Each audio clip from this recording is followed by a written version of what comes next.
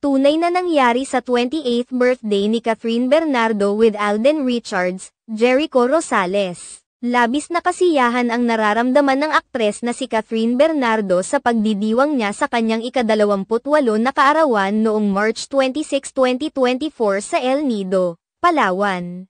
Kasama ni Catherine Bernardo sa nasabing okasyon ang kanyang malalapit na kaibigan at mga taong mahalaga para sa kanya. Bukod pa rito, nakatanggap rin siya ng mga pagbati mula sa mga importanteng tao sa industriya ng showbiz. Ginanap ang birthday celebration ni Catherine Bernardo sa pagmamay-ari niyang resort sa El Nido, Palawan ang Isla Amara Resort. Nagsidatingan sa Palawan ang mga makikinang na stars sa mundo ng showbiz na malalapit kay Catherine Bernardo para makisaya sa kaarawan ng aktres. Marami naman sa mga netizens ang nakapansin na tila ito na ang pinakamasayang birthday ni Catherine Bernardo dahil nailalabas na ng aktres ang kanyang tunay na pagkatao at nagagawa na rin niya ang lahat ng kanyang gusto. Samantala, kumakalat rin ngayon ang video ng pagsupresa kay Catherine Bernardo ng mga staff nila sa resort sa pamamagitan ng pagbibigay ng cake at bouquet of flower na paborito ng aktres.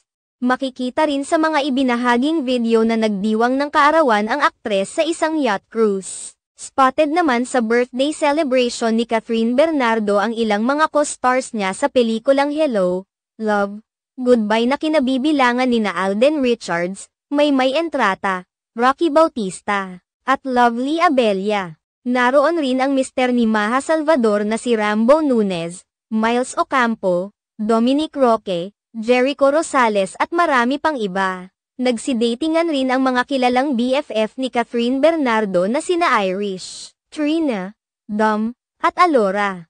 Marami naman sa mga netizens ang nagpahayag ng kasiyahan para kay Catherine Bernardo ngayon kung saan nagagawa na nito ang mga bagay na ninanais niya. Makikita rin umano na talagang masaya ngayon ang aktres sa natatamasa niyang kalayaan magmula nang maghiwalay sila ng dating boyfriend na si Daniel Padilla.